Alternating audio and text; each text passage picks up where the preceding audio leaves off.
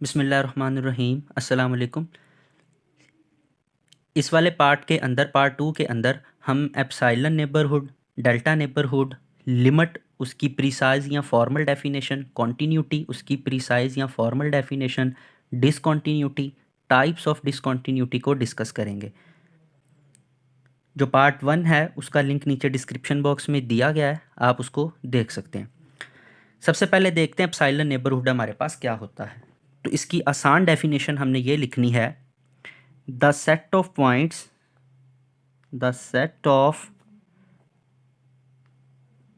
points x belong to R that belong to the open interval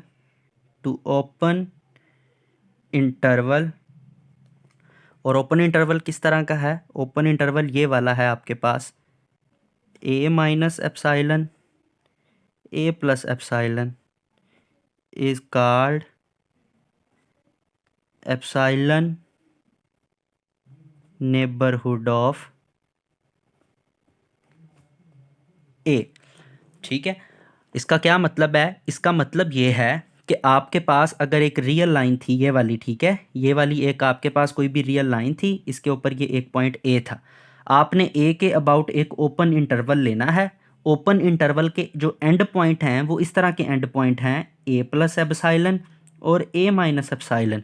अब वो तमाम x जो इस ओपन इंटरवल के अंदर लाई करते हैं, वो तमाम के तमाम एक्स का जो सेट बनेगा वो क्या कहलाएगा? वो कहलाएगा एप्सिलॉन नेबरहुड ऑफ ए। वो क्या कहलाएगा? सेट वो कहलाएगा epsilon neighbourhood of A. Epsilon क्या चीज़ है आपसे अगर पूछा जाए तो आपने कहना है कि epsilon is actually a real number. ये आपके पास क्या है? एक रियल नंबर है।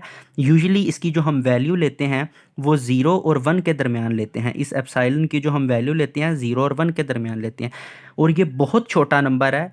इसकी वैल्यू मतलब 0.00000001, अगर ये वैल्यू भी हम इसकी लें तो इस एप्सिलॉन के लिए ये वैल्यू भी बहुत बड़ी है। तो यूजुअली हम इसको 0 और 1 के दरमियान लेते हैं और एक बहुत छोटा रियल नंबर है, ठीक है। ये एप्सिलॉन है आपके पास। अब वो कहता है कि अगर रियल लाइन के ऊपर एक नंबर ए था, उसके अंदर ये एप्सिलॉन ऐड भी कर दिया और एप्सिलॉन माइनस भी कर दिया। ऑब्वियसली जब ए के अंदर एप्सिलॉन ऐड करेंगे तो लेट्स सपोज हमें एक पॉइंट मिलेगा रियल लाइन के ऊपर। मुझे अपनी आसानी के लिए ये मैंने दूर दूर करके बनाए हैं। ए के अंदर जब मैंने इस एप्सिलॉन को ऐड किया तो मुझे एक पॉइंट मिला ये वाला। इस एप्सिलॉन को जब ए में से माइनस किया तो पीछे रियल लाइन के नंबर एक मिला ये वाला। अब ये जो दो नंबर मिले हैं ना, इस नंबर के ऊपर मैंने एक ओपन इंटरवल बना लिया और मैंने कहा इस ओपन इंटरवल के अंदर अब जितने भी नंबर आएंगे वो तमाम नंबर का जो सेट होगा वो क्या कहलाएगा? एप्सिलॉन नेबरहुड ऑफ ए कहलाएगा। अगर मैं एप्सिलॉन की जगह इधर डेल्टा कर दूं तो फिर मैं क्या बोलूँगा? मैं कहूँगा कि वो डेल्टा नेबरहुड ऑफ ए हैं। समझ आ गई बात की? एप्सिलॉन नेबरहुड और डेल्टा नेबरहुड। अब इस वाले जो पॉइंट हैं इनको मैं इस तरह भी लिख सकता हूँ। अगर इनइक्वालिटी को मैं सॉल्व करूं तो मैंने यही बात की थी ना कि x हमारे पास क्या करेगा? वो बिलोंग करेगा a माइनस एप्सिलॉन और a प्लस एप्सिलॉन के। इसका मतलब है कि ये मेरे पास इस तरह की डेफिनेशन आती है कि x मेरे पास a प्लस एप्सिलॉन से छोटा है और बड़ा है a माइनस एप्सिलॉन से, ठीक है। अगर इसको मैं सॉल्व करूं तो मैं इसको लिख सकता हूं x माइनस ए लेस दैन एप्सिलॉन और ये ग्रेटर है माइनस एप्सिलॉन से। अगर मैं मॉड वैल्यू इसकी लिखूं तो मैं फिर इसको इस तरह लिख सकता हूं ना, x minus A mod less than क्या आएगा? एप्सिलॉन। तो हम जानते हैं, हम इस टर्म से हम बहुत फेमिलियर है, इस इनइक्वालिटी से हम बड़ा फेमिलियर हैं, इसको बड़ा देखा है हमने। तो एप्सिलॉन नेबरहुड का ये मतलब है कि क्या कहलाएगा? वो तमाम पॉइंट x जिनका हम a से डिस्टेंस लें और वो एप्सिलॉन से छोटा आए, मतलब x का a से डिस्टेंस लें और वो क्या है? इस नंबर एप्सिलॉन से छोटा है। लेट्स सपोज मैंने कह दिया मेरा एप्सिलॉन ये है, मैंने ये वैल्यू दे दी। अब वो तमाम x जिनका a से मैं डिस्टेंस लूँगा और a मैंने लेट्स सपोज 1 बोल दिया। अब मैंने वो तमाम x जिनका a से डिस्टेंस लेना है और वो डिस्टेंस इस नंबर से छोटा छोटा आएगा, वो तमाम के तमाम x मुझे क्या कहलाएंगे? उन तमाम पॉइंट्स का सेट कहलाएगा एप्सिलॉन नेबरहुड ऑफ ए। इसके बाद हमारे पास डेफिनेशन आती है लिमिट की, कि लिमिट हमारे पास क्या चीज़ है। Let F of x be a function defined on an open interval about a point x naught except possibly at X naught. If F of X get close to a number L belong to R for all X close to X naught, then we say L is a limit of function. इसका मतलब क्या है? इसका मतलब ये है कि अगर आपके पास कोई भी एक फंक्शन है, ठीक है, लेट्स सपोज ये एक फंक्शन था आपके पास, उसका एक ये ग्राफ था, ठीक है, ये एक ग्राफ था, ये मेरे पास एक पॉइंट एक्स नोट था, ये पॉइंट क्या था, एक्स नोट था, और मैं अभी ये वाला केस डिस्कस कर रहा हूँ जिसमें मैं कहता हूँ कि ये वाला जो ओपन इंटरवल है इसके ऊपर ये फंक्शन डिफाइंड है, मतलब इसके ऊपर मुझे फंक्शन की ये वैल्यू मिलती है जो कि है एल। दो केस हैं, पहला है डिफाइंड और दूसरा नहीं डिफाइंड। मैंने ऐसा क्यों बोला, मैंने ये बोला क्योंकि उसने कह दिया कि उस पॉइंट के अबाउट एक ओपन इंटरवल लेना है और इस पॉइंट के ऊपर ये फंक्शन डिफाइंड हो भी सकता है और नहीं भी हो सकता। अब मैंने पहला केस वो लिया जिसके ऊपर ये डिफाइंड था, सही है। अब ये पहला केस इसके ऊपर डिफाइंड था, कहता है इस एक्स के अबाउट आपने एक ओपन इंटरवल ले लेना है। अब ओपन इंटरवल के अंदर जैसे जैसे हम इस तरफ से एक्स के करीब करीब वैल्यू एक्स की पुट करेंगे तो वैसे वैसे ग्राफ के ऊपर भी तो इसके करीब करीब आते जाएंगे ना। जैसे जैसे इधर मैं एक्स के करीब आता जाऊंगा वैसे वैसे मैं उधर एल के करीब भी आऊँगा, मतलब मैं एक्स की वैल्यू जैसे इधर पुट करता जाऊंगा इसके पास पास, तो वैसे वैसे एल की वैल्यू भी इसके करीब करीब आती जाएंगी, फंक्शन की वैल्यू भी एल के क्या आएंगी, करीब आएंगी।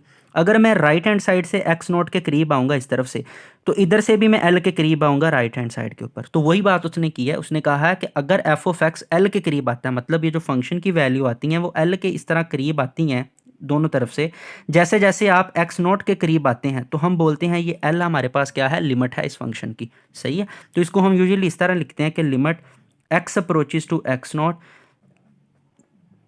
F of x is equal to l, कि जैसे जैसे एक्स नॉट एक्स के करीब आता है, ठीक है, तो हमारे पास फंक्शन की वैल्यू हमारे पास किसके करीब जाती हैं, एल के करीब जाती हैं, तो हम इस एल को फिर क्या बोलते हैं, लिमिट ऑफ फंक्शन बोलते हैं, ठीक है। फिर इस फंक्शन की जो लिमिट है जैसे जैसे एक्स एक्स नॉट के करीब आता है वो क्या कहलाती है, वो नंबर एल कहलाती है। अब हम वो केस डिस्कस करेंगे जिसके ऊपर एक्स नॉट डिफाइंड नहीं है। मिसाल के तौर पर मेरे पास एक फंक्शन है, let's suppose x square -1 over x -1, ठीक है। अब देखें यही फंक्शन मैं ले लेता हूँ दोबारा। अब मैं कहता हूँ कि ये एक्स नोट की वैल्यू मैं इधर 1 पुट करूँ तो क्या मेरे पास आंसर आएगा, ऊपर 1 पुट किया तो 0, नीचे भी 1 पुट किया तो 0, 0/0 फॉर्म आ गई, इसका तो हमें आंसर ही नहीं पता। तो फिर मैंने क्या किया, मुझे तो इस फंक्शन की लिमिट चाहिए। मैं कहता हूँ कि बताएं इस फंक्शन का आंसर 1 के ऊपर क्या होगा, मतलब जब मैं x इज इक्वल टू ये 1 पुट करता हूँ मुझे इसका आंसर बताएं। लेकिन आपने मुझे कहा कि जब मैं 1 पुट करता हूँ तो 0/0 फॉर्म आते हैं, मुझे आंसर इसका नहीं पता, लेकिन हमें तो आंसर चाहिए। फिर हमने लिमिट का कॉन्सेप्ट यूज़ किया, तब हमारे पास लिमिट का कॉन्सेप्ट आया था। हमने क्या कहा, हमने कहा 1 तो पुट नहीं कर सकते, हम 1 के करीब करीब जाके देखते हैं कि हमें क्या मिलता है। मतलब ये मेरे पास एक फंक्शन था, ठीक है, ये मेरे पास क्या था, एक फंक्शन था। तो मैंने कहा ये फंक्शन लेट्स सपोज ये कोई भी आर्बिट्रेरी ग्राफ था और ये 1 के ऊपर, ये इसका ग्राफ नहीं है, ये कोई भी मैंने आर्बिट्रेरी मैंने सपोज कर लिया कि इसका ग्राफ लेट्स सपोज ये। तो मैंने कहा एक्स इज इक्वल टू 1 के ऊपर ये डिफाइंड नहीं था, मतलब मुझे इस इधर वैल्यू नहीं मिल रही थी, इधर होल आ रहा था मेरे पास, मुझे वैल्यू ही नहीं पता थी। तो फिर हमने कहा कोई बात नहीं, हम x के अबाउट एक ओपन इंटरवल स्मॉल ले लेते हैं, और स्मॉल इंटरवल लेने के बाद हम क्या करते हैं, हम x के करीब करीब जाते हैं। जैसे जैसे मैं x के इधर करीब करीब आऊँगा वैसे वैसे फंक्शन की वैल्यू भी इधर करीब करीब आएगी, और इधर भी मैं x के करीब जब राइट हैंड साइड से इस तरह करीब आया तो इधर से भी वैल्यू करीब करीब आएगी। अब वो जो नंबर l था जिसका हमें पता ही नहीं था, ठीक है, जैसे जैसे मैं x के करीब आ रहा हूँ इधर से राइट से भी और लेफ्ट से भी, ठीक है, तो वैसे वैसे ये वो l के करीब भी तो फंक्शन की वैल्यू आ रही है ना, ठीक है, मैं x के बड़ा करीब आ जाता हूँ, ठीक है, x के बड़ा करीब आ जाता हूँ। अभी हमने बात की ओपन इंटरवल की, ओपन इंटरवल लिया ना x के अराउंड, तो ओपन इंटरवल की हमने बात की, तो मैं क्यों ना इधर एप्सिलॉन की बात कर लूँ या डेल्टा की बात कर लूँ। मैं कह देता हूँ कि मैंने इधर क्या लिया था, x का मतलब x minus x not less than delta, मैंने इसके अराउंड ये ओपन इंटरवल ले लिया। एक्स नोट के अबाउट मैंने क्या ले लिया, डेल्टा नेबरहुड ले लिया। मतलब इधर मेरे पास क्या था, इस एक्स नोट था ना, तो इस एक्स नोट में मैंने क्या कर दिया, पुट कर दिया डेल्टा, और इधर मैंने एक्स नोट के अंदर डेल्टा कर दिया। मतलब मैंने एक्स नोट का डेल्टा नेबरहुड ले लिया। कहता जब मैं एक्स के डेल्टा नेबरहुड के अंदर अंदर वैल्यू लूँगा तो जो एफ ऑफ एक्स की वैल्यू मिलेगी ना, जो मुझे एफ ऑफ एक्स की वैल्यू मिलेगी, कहता वो एल के डेल्टा नेबरहुड, एल के एप्सिलॉन नेबरहुड में मिलेगी। वो एल के क्या मिलेगी, एप्सिलॉन नेबरहुड में मिलेगी। ऑब्वियसली मैंने इस इंटरवल के करीब करीब इसमें वैल्यूज़ पुट करूँगा तो इस एल के करीब भी मुझे तो एक इंटरवल ही मिलेगा ना जिसके अंदर अंदर ये तमाम वैल्यूज़ होंगी। तो फिर हमने वही बात की कि जैसे जैसे x के करीब जाएंगे वैसे वैसे हमारा जो वैल्यूज़ हैं वो l के करीब जाएंगे, तो फिर l को हम क्या बोल देंगे, हम लिमिट ऑफ फंक्शन बोल देंगे। और अगर आपसे कोई ये बात पूछ ले कि लिमिट ऑफ फंक्शन आया क्यों, तो हमने कहा ना हमें एटलीस्ट ये देखें एक फंक्शन इस तरह का मिल जाता था कि वो एक नंबर पे डिफाइंड ही नहीं था, 0/0 फॉर्म बन रही थी और हमें नहीं पता था इसका आंसर क्या है। तो फिर हमने कहा कि उस नंबर के ऊपर वैल्यू तो नहीं मालूम कर सकते, तो क्यों ना हम उस नंबर के पास पास जाएं। तो हमने उस नंबर के पास पास जाके देखा, तो हमें जिस नंबर के करीब वैल्यू मिलेंगी वो उसको हमने बोल दिया कि ये लिमिट है। तो लिमिट एग्जैक्ट वैल्यू नहीं होती बल्कि करीब करीब वैल्यू होती है, और जो हमें आंसर लिमिट एल मिलता है वो भी उस एग्जैक्ट आंसर के करीब करीब ही होता है। ठीक है। अब ये वाली डेफिनेशन इसकी फॉर्मल डेफिनेशन है कि आपने क्या किया, इस x के करीब आपने एक नेबरहुड ले लिया, इस x के करीब आपने क्या ले लिया, इस x नॉट के अराउंड आपने एक ओपन इंटरवल ले लिया, मतलब x नॉट का भी नेबरहुड ले लिया और इसका भी नेबरहुड ले लिया। नेबरहुड लिया क्यों, इस वजह से लिया ताकि हमें पता हो कि हम इस इंटरवल के अंदर रह रह के बात कर रहे हैं। अब ये फंक्शन तो कर्व तो इधर भी कितनी ज़्यादा आगे जाएगी, नीचे भी कितनी ज़्यादा आएगी, तो हम पूरे पे तो नहीं ना उतर सकते। तो हमने सिर्फ ये बात की कि x के अराउंड एक हमने अपनी एक बाउंड्री ले ली कि इस बाउंड्री के अंदर अंदर x के करीब आएँ तो हमें ऊपर फंक्शन के अंदर भी उस बाउंड्री के करीब करीब एक नंबर मिलता है। तो ये इसकी प्रिसाइज डेफिनेशन थी। इसके बाद हमारे पास आता है कॉन्टीन्यूटी। कॉन्टीन्यूटी हमारे पास क्या होती है, let F of x be a function defined at a point x not is equal to r. अब गौर करना है, मैंने कॉन्टीन्यूटी की दो डेफिनेशन बतानी है।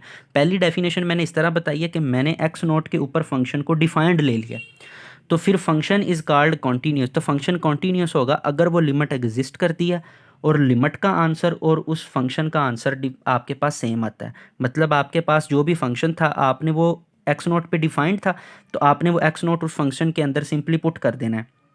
सही है। मिसाल के तौर पर मैं ये एक फंक्शन लेता हूँ, लेट्स सपोज मैं लेता हूँ f of x is equal to x, और मैं कहता हूँ चेक करो कि क्या ये at x is equal to 2 पे कॉन्टीन्यूस है या नहीं है। तो देखिए 2 के ऊपर ये डिफाइंड है। अब मैं एफ ऑफ 2 पुट करता हूँ, तो एफ ऑफ 2 पुट किया तो मेरे पास कितना आंसर आ गया, 2 आ गया। लो जी, ये एफ ऑफ 2 मेरे पास आंसर आ गया। अब मैंने इसकी लिमिट देखनी है। लिमिट देखी f of x when x approach to 2 from positive side, और फिर मैंने देखनी है limit x approaches to 2 from negative side. देखें जी, ये लिमिट एफ ऑफ एक्स की वैल्यू क्या थी, एक्स थी, वो पुट कर दी, और लिमिट क्या थी, x approach to 2 from positive side, 2 put किया तो ये 2 आंसर आ गया। सिमिलरली हम क्या करेंगे, x approach to 2 from negative side, तो ये भी 2 आ गया। देखें इसका इसका और इसका आंसर सेम आया, तो हम बोलेंगे कि फंक्शन हमारे पास क्या है, कॉन्टीन्यूस है। और लिमिट एग्जिस्ट कब करती है, जब लेफ्ट हैंड लिमिट और राइट हैंड लिमिट हमारे पास क्या आ जाए, बराबर आ जाए। इसका क्या मतलब है, जब left hand limit is equal to right hand limit, जब ये बराबर आ जाए तो लिमिट क्या एग्जिस्ट करती है, तो लिमिट बराबर भी है और ये फंक्शन डिफाइंड जो है उसके दोनों के दोनों आंसर बराबर भी हैं। मतलब इसका आंसर और इसका आंसर क्या है, बराबर है, तो फंक्शन कॉन्टीन्यूस है। लेकिन अगर हमें ये ना पता हो कि फंक्शन हमारा उस पॉइंट एक्स के ऊपर डिफाइंड है या नहीं है, तो फिर डेफिनेशन किस तरह होगी, फिर डेफिनेशन इस तरह होगी, let F of x be a function and X naught belong to R is a number on real line. We say F of x is continuous at x is equal to X naught. Function हमारे पास continuous तब होगा अगर ये उसके ऊपर defined हो, limit exist करे और इन दोनों की वैल्यू हमारे पास क्या आए, सेम आए। तो अब इससे पता चला कि जिस पॉइंट के ऊपर फंक्शन हमने देखना है ना कॉन्टीन्यूस है या नहीं है, उसके ऊपर फंक्शन का सबसे पहले डिफाइंड होना लाजमी है। डिफाइंड होने का मतलब पता क्या है, कि उस फंक्शन के अंदर जब एक्स नोट पुट करें तो एक तो आपके पास इन्फिनिटी ना बने, दूसरा उस फंक्शन के अंदर इस तरह की फॉर्म ना बने स्क्वायर रूट -1, ये दोनों फॉर्म नहीं बननी चाहिए, फिर फंक्शन हमारे पास डिफाइंड होगा। सही है। और वो डिफाइंड भी हो और लिमिट एग्जिस्ट भी करे और उन दोनों की वैल्यूज़ क्या आपके पास हैं, बराबर आए, तो फिर हम क्या बोलेंगे कि फंक्शन हमारे पास कॉन्टीन्यूस है। और अगर ऐसा नहीं होता तो फिर हम क्या बोलेंगे कि फंक्शन डिसकॉन्टीन्यूस है। मिसाल के तौर पर मैं एक फंक्शन लेता हूँ x+1 ओवर x-1। ठीक है, ये मेरे पास एक फंक्शन था y is equal to f of x का। तो मैं चेक करनी है 1 के ऊपर ये कॉन्टीन्यूस है कि नहीं है, तो मैं 1 पुट करता हूँ। देखें ऊपर 1 पुट किया तो 1+1, नीचे 1 पुट किया तो 1-1, ऊपर 2 और नीचे 0, ये तो इन्फिनिटी बन गया, तो ये तो 1 के ऊपर डिफाइंड ही नहीं है। तो हम फिर क्या बात करेंगे, हम कहेंगे कि ये वाला जो फंक्शन है आपके पास ये कॉन्टीन्यूस नहीं है, ये 1 के ऊपर कॉन्टीन्यूस नहीं है। तो फिर ये 1 के ऊपर क्या हुआ, ये 1 के ऊपर डिसकॉन्टीन्यूस है। ये फंक्शन हमारे पास 1 के ऊपर क्या आएगा, डिसकॉन्टीन्यूस है। अब हमसे ना इस तरह का सवाल किया जाता है कि हमें एक फंक्शन बताएं जो एक पॉइंट पे डिसकॉन्टीन्यूस है, हमें एक फंक्शन बताएं जो 2 पॉइंट के ऊपर कॉन्टीन्यूस, ऐसा फंक्शन बताएं जो एक पॉइंट पे डिसकॉन्टीन्यूस है। फिर कहेंगे ऐसा फंक्शन बताएं जो 2 पॉइंट के ऊपर डिसकंटीन्यूअस है। फिर बोलेंगे ऐसा फंक्शन बताएं जो 3 पॉइंट पे डिसकंटीन्यूअस है। तो हमने किस तरह वो फंक्शन लिखने हैं अब हम उसको देखते हैं। तो देखें, अब वो हमें बोलेंगे कि right a function which is discontinuous at 1 point 2 point and 3 point. तो सबसे पहले हम फंक्शन एक लिखेंगे f of x is equal to 1/x, ठीक है। या हम लिखेंगे 1/x-1। ये दो फंक्शन ऐसे हैं जो एक ही पॉइंट पे डिसकंटीन्यूअस है। ये 0 के ऊपर डिसकंटीन्यूअस है और ये 1 के ऊपर डिसकंटीन्यूअस है। तो ये वो वाले फंक्शन है जो एक पॉइंट पे डिसकंटीन्यूअस है। अब उस फंक्शन को देखेंगे जो 2 पॉइंट के ऊपर डिसकंटीन्यूअस है। Let's suppose f of x is equal to 1/x-1 x+1। देखें जी, अगर हम 1 पुट करते हैं, x is equal to 1 put करते हैं तो भी डिसकंटीन्यूअस है, और अगर x is equal to -1 put करते हैं तो भी ये क्या है, डिसकंटीन्यूअस है। तो ये एक इस तरह का फंक्शन है जो 2 पॉइंट के ऊपर क्या है, डिसकंटीन्यूअस है। इसी तरह हम अगर ऐसा फंक्शन चाहते हैं जो 3 पॉइंट पे डिसकंटीन्यूअस हो, तो मैं इसको ऐसे कर दूंगा x+1 और x-2। तो ये 1 के ऊपर भी डिसकंटीन्यूअस है, x इज इक्वल टू -1 पे भी डिसकंटीन्यूअस है, और x इज इक्वल टू 2 पे भी क्या है, डिसकंटीन्यूअस है। तो इसी तरह अगर आपको 3, 4, 5 जितने भी पॉइंट दे तो आपने सिंपली इसको बढ़ाते जाना और आपने बता देना ये इन पॉइंट पे डिसकंटीन्यूअस है। इस पर आपने ज़रा भी कन्फ्यूज़ नहीं होना, ये आपने लाजमी याद रखना है और ये क्वेश्चन पूछा जाता है। इसके बाद हम एग्जाम्पल, हमें वो कहता है दें कि रिमूवेबल डिसकंटीन्यूटी की एग्जाम्पल दें, इन्फिनिट डिसकंटीन्यूटी की, ओसिलेटिंग डिसकंटीन्यूटी की और जंप डिसकंटीन्यूटी की। इनकी हमें मिसालें दें। तो हम इनकी मिसालें किस तरह देंगे। सबसे पहले हम देखेंगे रिमूवेबल डिसकंटीन्यूटी। अगर आपको कोई भी एक फंक्शन दिया है, उसकी रिमूवेबल डिसकंटीन्यूटी चेक करनी है। मिसाल के तौर पर मुझे एक फंक्शन दिया है साइन x/x, ये मुझे एक फंक्शन दिया है एफ ऑफ एक्स। देखें भाई, 0 के ऊपर ये डिसकंटीन्यूअस है function, x is equal to 0 के ऊपर ये क्या है, डिसकंटीन्यूअस है। साइन 0 0 और x पे भी 0, मतलब आप पे 0/0 फॉर्म है, ये डिसकंटीन्यूअस फंक्शन है, हमें डिफाइंड ही नहीं है फंक्शन 0 के ऊपर। ये 0 के ऊपर डिफाइंड ही नहीं है, ये डिसकंटीन्यूअस है। लेकिन ये डिसकंटीन्यूसी कौन सी है, ये डिसकंटीन्यूटी रिमूवेबल है। मुझे कैसे पता चला, जब भी हमने देखना कि वो रिमूवेबल डिसकंटीन्यूटी है कि नहीं, हमने सिंपली ये काम करना है, limit x approaches to that number, जिस नंबर पे वो डिसकंटीन्यूअस है उस पे हमने लिमिट ले लेनी है और सिंपली वो फंक्शन लिख देना है साइन x/x। लिमिट लेने के बाद हमने देखना है कि क्या वो लिमिट एग्जिस्ट करती है या नहीं। तो देखें, sign x/x, x approach to 0 हम जानते हैं 1 है, तो ये एग्जिस्ट करती है फाइनाइटली, एग्जिस्ट करती है फाइनाइटली। तो अगर हम वो फंक्शन जो डिसकंटीन्यूअस है एक नंबर पे, हमने क्या करना है, लिमिट x अप्रोच टू वो नंबर करना है, और लिमिट लेने के बाद हमने देखना है आंसर क्या आता है। अगर वो आंसर एक फाइनाइट आंसर आ जाता है हमारे पास, लिमिट एग्जिस्ट करती है, लिमिट एग्जिस्ट करती है और वो आंसर फाइनाइट आ जाता है हमारे पास, तो हम कहेंगे कि ये रिमूवेबल डिसकंटीन्यूटी है। ये क्या है, रिमूवेबल डिसकंटीन्यूटी। तो साइन x/x रिमूवेबल डिसकंटीन्यूटी है। वो इस तरह भी कर सकते हैं, क्या ये रिमूवेबल डिसकंटीन्यूटी है, तो बिल्कुल ये एक रिमूवेबल डिसकंटीन्यूटी है। वो इस तरह भी कर सकते हैं कि आपके पास एक फंक्शन है कोसेकेंट x, तो क्या ये रिमूवेबल डिसकंटीन्यूटी है, बिल्कुल ये रिमूवेबल डिसकंटीन्यूटी है। ये फंक्शन आपके पास ये वाला ही है, बस उसने साइन का रेसिप्रोकल लिया है, कोसेकेंट लिया है, तो कंफ्यूज नहीं होना इस बात में। उसके बाद आती है इन्फिनिट डिसकंटीन्यूटी। इन्फिनिट डिसकंटीन्यूटी, इसकी एक एग्जांपल हमने देनी है, तो वो 1/x स्क्वायर दे देते हैं, 1 क्या दे देते हैं, x का स्क्वायर दे देते हैं। आप लिमिट अप्लाई करके देख लें, ये आपको क्या मिलेगी, इनफाइनाइट, मतलब जीरो, इन्फिनिटी आंसर आएगा। जब भी आप लिमिट अप्लाई करेंगे, ये 0 के ऊपर डिसकंटीन्यूअस है ना, तो जब आप लिमिट अप्लाई करेंगे तो इन्फिनिटी आपके पास आंसर आएगा। तो आप क्या बोलेंगे कि ये क्या है, इन्फिनिट डिसकंटीन्यूटी है। 1/x स्क्वायर करेंगे तो क्या आएगा, इन्फिनिटी। तो ये इनफाइनाइट डिसकंटीन्यूटी की एक एग्जांपल है। उसके बाद आपके पास एग्जांपल आती है ओसिलेटिंग डिसकंटीन्यूटी की। तो अगर आपके पास एक फंक्शन है साइन 1/x, तो फिर ये क्या करेंगे, ये 0 के ऊपर आपके पास क्या है, ओसिलेटिंग डिसकंटीन्यूटी है। At x is equal to 0 के ऊपर ये क्या है, ओसिलेटिंग डिसकंटीन्यूटी है। मतलब इसका जो ग्राफ है वो इस तरह आपको ओसिलेट करता दिखाई देता है ओरिजिन के अबाउट। आप वैल्यू को डिटरमिन नहीं कर सकते कि कौन सी वैल्यू इसकी एग्जैक्ट आंसर है, सही है। उसके बाद आती है जंप डिसकंटीन्यूटी। तो आपने यूनिट स्टेप फंक्शन को भी याद रखना है कि यूनिट स्टेप फंक्शन कौन सा होता है, ये वैसे भी पूछ लेते हैं कि यूनिट स्टेप फंक्शन आप बताएं कौन सा होता है, ठीक है।